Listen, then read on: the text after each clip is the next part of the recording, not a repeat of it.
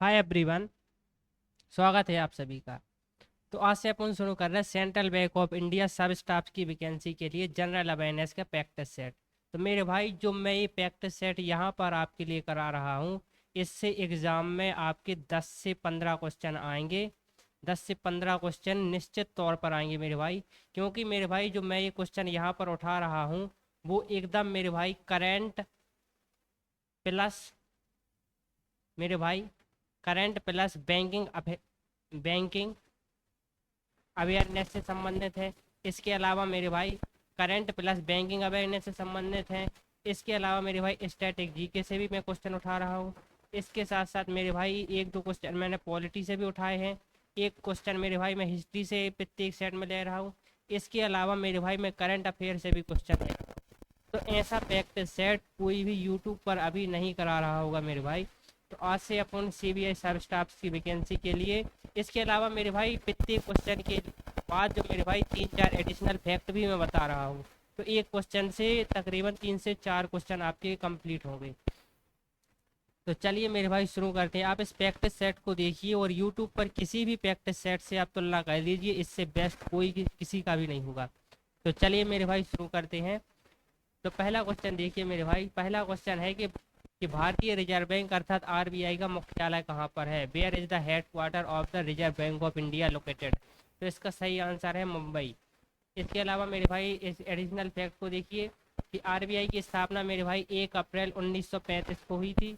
RBI के वर्तमान governor Shaktikanta Das है मेरे भाई। और आरबीआई की 4 क्षेत्रीय कार्यालय भी हैं। जो 4 क्षेत्रीय कार्यालय है वो मेरे भाई है मुंबई में, दिल्ली में, कोलकाता में और चेन्नई में। तो ये आपको कोई नहीं बताएगा कि आरबीआई के 4 क्षेत्रीय कार्यालय कहाँ हैं। तो मुंबई, दिल्ली, कोलकाता और मेरे भाई इसके अलावा और भी एडिशनल फैक्ट आप याद कीजिए कि जब आरबीआई बना था, आरबीआई जब बना था 1 अप्रैल 1935 को, तब इसका जो हेड क्वार्टर है मेरे भाई वो कोलकाता था मेरे भाई। इसको 1937 में बम्बई शिफ्ट किया गया या मुंबई शिफ्ट किया गया। इसके अलावा मेरे भाई जो आरबीआई है मेरे भाई उसका 1 जनवरी 1949 को राष्ट्रीयकरण किया गया था, अर्थात इसको नेशनलाइज्ड बैंक बना दिया गया था। तो आरबीआई से संबंधित इतने फैक्ट काफ़ी हैं मेरे भाई। चलिए मेरे भाई अगला क्वेश्चन देखते हैं। अगला क्वेश्चन है ये, एनईएफटी का पूर्ण रूप क्या है? What is the full form of NEFT? तो एनईएफटी का फुल फॉर्म है मेरे भाई national electronics fund transfer. National electronics fund transfer का फुल फॉर्म है एनईएफटी का। तो एनईएफटी की शुरुआत कब हुई थी मेरे भाई? 2005 में हुई थी। यह 24x7 काम करता है, अर्थात मेरे भाई हफ्ते के 7 दिन और 24 घंटे। एनईएफटी में कोई न्यूनतम या अधिकतम राशि की सीमा नहीं है, अर्थात मेरे भाई अपन कितना भी मिनिमम पैसा और कितना भी अधिकतम पैसा ट्रांसफ़र कर सकते हैं। एक और महत्वपूर्ण बात मेरे भाई कि एनईएफटी के द्वारा मेरे भाई जो भी अपन फंड ट्रांसफ़र करेंगे वो इन द कंट्री में करेंगे, इन द कंट्री, अर्थात आप भारत से किसी अन्य देश में पेमेंट नहीं कर सकते, भारत से भारत ही पेमेंट। चलिए अगला क्वेश्चन देखते हैं। अगला क्वेश्चन है मेरे भाई, भारत में किस बैंकों का बैंक कहा जाता है? Which bank is called the bankers bank of India? तो रिजर्व बैंक ऑफ इंडिया। तो रिजर्व बैंक ऑफ इंडिया अर्थात आरबीआई को मेरे भाई बैंकों का बैंक कहा जाता है। आरबीआई भारत का केंद्रीय बैंक है। तो ये भी मेरे भाई एक फैक्ट है। यह मौद्रिक नीति और कार्यान्वयन का कार्य करता है। और आरबीआई सरकारी प्रतिभूतियों का प्रबंधन भी करता है। तो सरकारी प्रतिभूतियों का प्रबंधन या मैनेजमेंट कौन करता है? आरबीआई करता है। चलिए अगला क्वेश्चन देखते हैं। अगला क्वेश्चन है मेरे भाई, केवाईसी का पूर्ण रूप क्या है? What is the full form of KYC? तो केवाईसी का फुल फॉर्म क्या है? ये मेरे भाई बैंकिंग के क्षेत्र में पूछ रहा हूँ। केवाईसी का एक दूसरा मतलब भी होता है, लेकिन ये बैंकिंग के क्षेत्र में मेरे भाई केवाईसी का मतलब होता है नो योर कस्टमर। तो नो योर कस्टमर होता है। केवाईसी एक अनिवार्य प्रक्रिया है जो सभी बैंकों और वित्तीय संस्थाओं को करनी होती है। इसका उद्देश्य धन शोधन व आतंकवाद के वित्त पोषण को रोकना है। तो ये मेरे भाई इंपॉर्टेंट फैक्ट है, इसको याद रखना। केवाईसी का जो मूल पर्पज है वो आतंकवाद के वित्त पोषण को रोकना। केवाईसी में आमतौर पर पहचान और पते का प्रमाण शामिल है। चलिए मेरे भाई अगला क्वेश्चन देखते हैं। अगला क्वेश्चन है मेरे भाई कि भारत का पहला डिजिटल बैंक कौन सा है?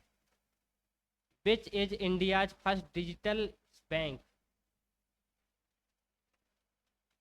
तो DBS DG बैंक। तो DBS DG बैंक भारत का पहला डिजिटल बैंक है। DBS DG बैंक मेरे भाई है कहाँ का? तो ये सिंगापुर का है। सिंगापुर का है मेरे भाई, सिंगापुर का है। तो DBS DG बैंक जो है मेरे भाई सिंगापुर के DBS बैंक का क्या है? एक शाखा है। तो सिंगापुर में मेरे भाई एक DBS बैंक है, उसकी एक शाखा है कौन मेरे भाई? DG DBS बैंक जो इंडिया में है। ठीक है मेरे भाई। और ये पहला डिजिटल बैंक है भारत में। इसने पूरे भारत में पेपरलेस और साई कैंडलेस बैंकिंग की शुरुआत की। चलिए अगला क्वेश्चन देखते हैं। अगला क्वेश्चन है कि IFSC कोड में कितने अक्षर होते हैं? तो ये इंपॉर्टेंट क्वेश्चन है। IFSC में मेरे भाई 11 कैरेक्टर होते हैं, 11 अक्षर होते हैं। IFSC का जो मेरे भाई फुल फॉर्म है वो क्या है? तो IFSC का फुल फॉर्म है इंडियन फाइनेंशियल सिस्टम कोड। तो IFSC का full form Indian financial system code है। इसके जो मेरे भाई पहले 4 लेटर हैं वो बैंक का कोड दर्शाते हैं, और लास्ट के 6 डिजिट हैं जो मेरे भाई वो शाखा को दर्शाते हैं, शाखा की पहचान कराते हैं। और जो 5वां कोड होता है मेरे भाई वो रेस्ट है। तो अगर एग्जाम में पूछा जाए कि जो 5वां कोड होता है वो क्या होता है, वो रेस्ट होता है, उसका कोई काम नहीं है अभी। यदि भविष्य में कुछ ज़रूरत पड़ी उसकी तो उसका उपयोग किया जा सकता है, अभी वो रेस्ट कोड कहा जाता है। चलिए अगला क्वेश्चन देखते हैं। अगला क्वेश्चन है कि भारत में क्रेडिट कार्ड जारी करने वाला पहला बैंक कौन था? तो मेरे भाई ये इंपॉर्टेंट क्वेश्चन है, ये 3 स्टार लगा लीजिए आप इसमें।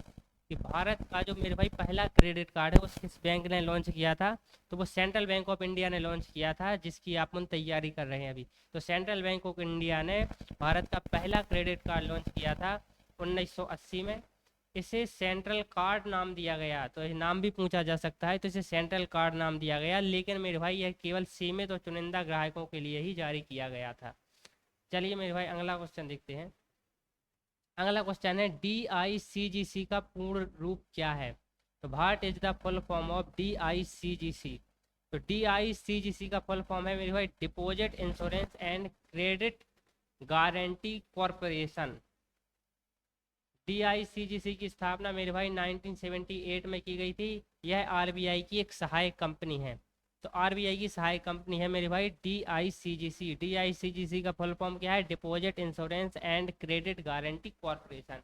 यह बैंक जमाओं का बीमा करता है और बैंकों को ऋण गारंटी प्रदान करता है। तो बैंकों को ऋण गारंटी प्रदान करता है और बैंकों की जमाओं का बीमा करता है। चलिए मेरे भाई अगला क्वेश्चन देखते हैं। अगला क्वेश्चन ये है कि वर्तमान में, अब मेरे भाई करंट अफेयर के क्वेश्चन आ गए वो बैंकिंग से रिलेटेड, कि वर्तमान में भारत में बैंक जमा की अधिकतम सीमा क्या है?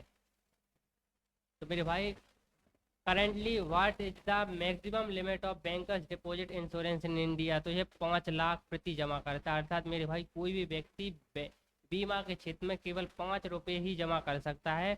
और यह सीमा मेरे भाई फरवरी 2020 में मेरे भाई से पहले 1 लाख रुपये थी, जिसको मेरे भाई 5 लाख कर दिया गया है। यह सभी वाणिज्यिक बैंकों, क्षेत्रीय बैंकों व सरकारी बैंकों पर लागू होती है यह सीमा मेरे भाई। और यह बीमा मूलधन और ब्याज दोनों को कवर करती है। चलिए अगला क्वेश्चन देखते हैं। अगला क्वेश्चन है मेरे भाई RRB का पूर्ण रूप क्या है? What is the full form of RRB? तो RRB का फुल फॉर्म है मेरे भाई रीजनल रूरल बैंक या क्षेत्रीय ग्रामीण बैंक। RRB की स्थापना मेरे भाई 1975 में की गई थी। इसका मुख्य उद्देश्य ग्रामीण और अर्ध सरकारी क्षेत्रों में बैंकिंग सेवाएं प्रदान करना है। और जो मेरे भाई RRB होता है मेरे भाई, इसका स्वामित्व ना सेंट्रल बैंक के पास होता है पूर्णतः, ना मेरे भाई स्टेट गवर्नमेंट के पास होता है, ना ही मेरे भाई प्रायोजक बैंक के पास होता है। तो इसका मेरे भाई शेयर तीनों के पास होता है। इसका मेरे भाई 50, 25 और 15 का रेशियो रहता है, और इसमें कुछ एक्स्ट्रा भी रहता है। तो RRB में केंद्र सरकार, राज्य सरकार और प्रायोजिक बैंकों के संयुक्त स्वामी होते हैं, किसी एक का स्वामित्व नहीं होता है RRB पर। तो RRB का फुल फॉर्म क्या है? What is the full form of RRB? तो रीजनल रूरल बैंक। RRB की स्थापना 1975 में ग्रामीण और अर्ध सरकारी क्षेत्रों में सेवाएं प्रदान करना है। आरआरबी केंद्र सरकार, राज्य सरकार और प्रायोजिक बैंक के संयुक्त स्वामित्व में होती हैं। चलिए मेरे भाई अगला क्वेश्चन देखिए। अगला क्वेश्चन मेरे भाई ये है कि मार्च 2024 में आरबीआई ने रेपो रेट को किस स्तर पर बरकरार रखा है? तो मार्च 2024 में मेरे भाई आरबीआई ने जो रेपो रेट रखी है वो रखी है 6.5%। रेपो रेट वह दर है जिस पर आरबीआई वाणिज्यिक बैंकों को उधार देती है। तो जैसे मेरे भाई किसी बैंक को यदि कर्जा चाहिए तो वह रिजर्व बैंक ऑफ इंडिया से कर्जा ले सकता है, और मेरे भाई जिस दर पर रिजर्व बैंक ऑफ इंडिया किसी भी वाणिज्यिक बैंक को या किसी भी बैंक को कर्जा देता है उस दर को कहा जाता है मेरे भाई रेपो रेट। यह मौद्रिक नीति का एक महत्वपूर्ण उपकरण है। रेपो रेट में बदलाव से अर्थव्यवस्था में ब्याज दर प्रभावित होती हैं। इसके अलावा मेरे भाई एक होता है reverse repo rate, REVERSE, reverse repo rate.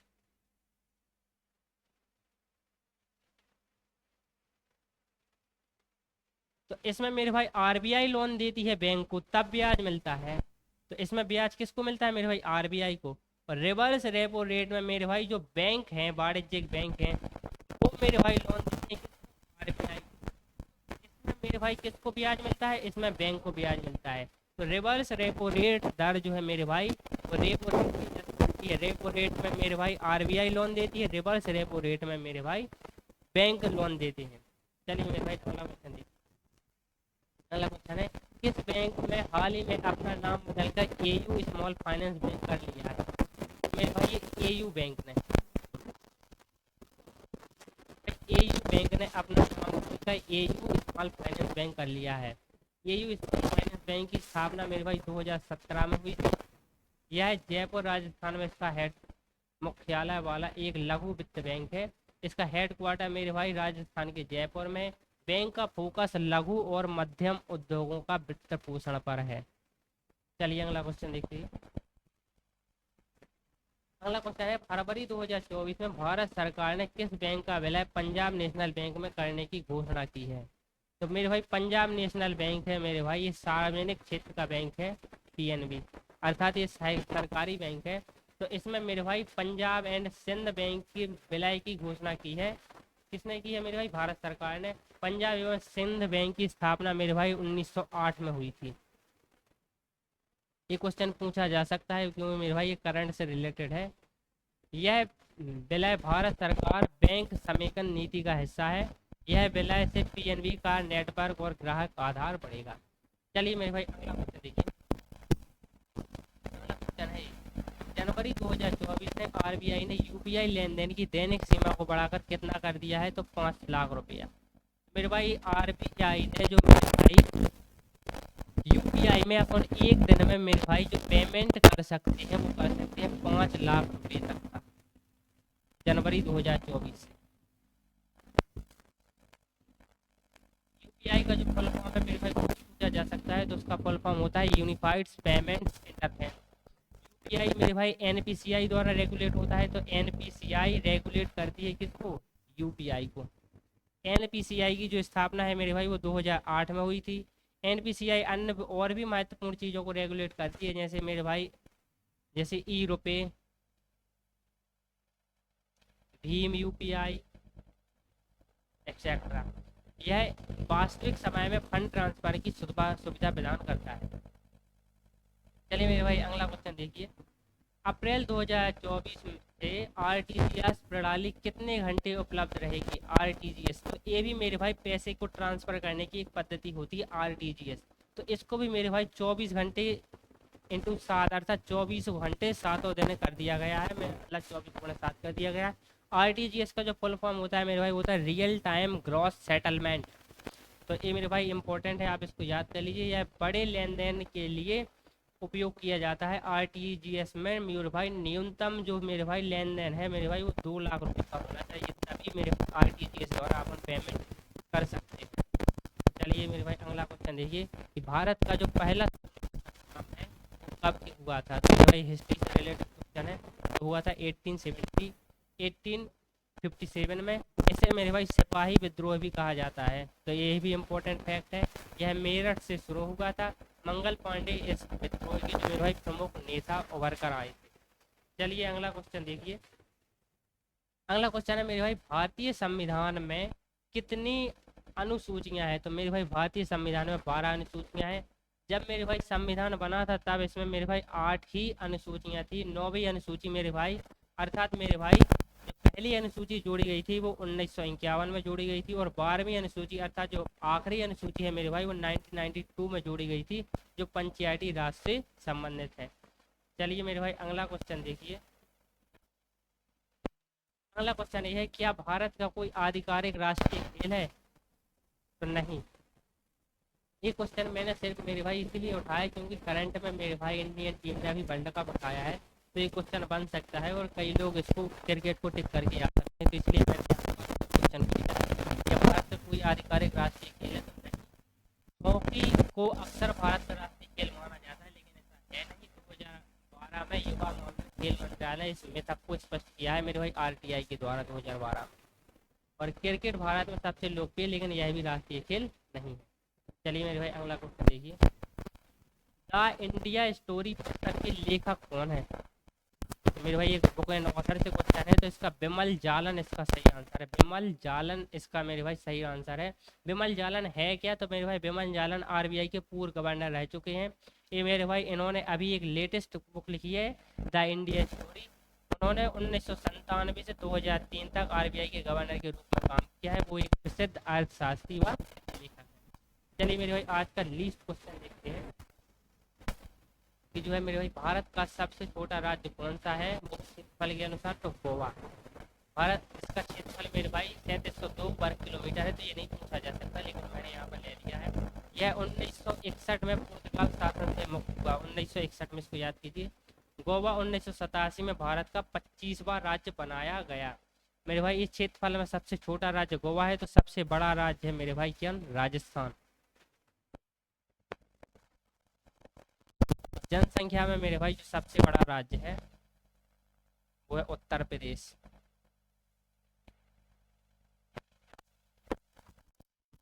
और मेरे भाई जो भारत का जनसंख्या है ना,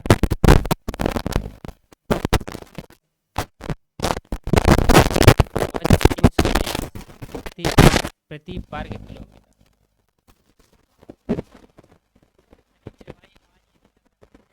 आप कंटिन्यू सीरीज को कीजिए मेरे भाई। मेरा ये दावा है कि 10 से 15 क्वेश्चन यहीं से आएंगे, क्योंकि मेरे भाई मैं जो क्वेश्चन उठा रहा हूँ वो एकदम लेटेस्ट हैं, करंट प्लस बैंकिंग से जुड़े हुए हैं, एग्जाम के टाइप के हैं, आईपीएस इस प्रकार के क्वेश्चन को पूछता है। आप इस कंप्लीट सीरीज को कीजिए, आपके जनरल अवेयरनेस में 10 से 15 क्वेश्चन निश्चित तौर पर आएंगे।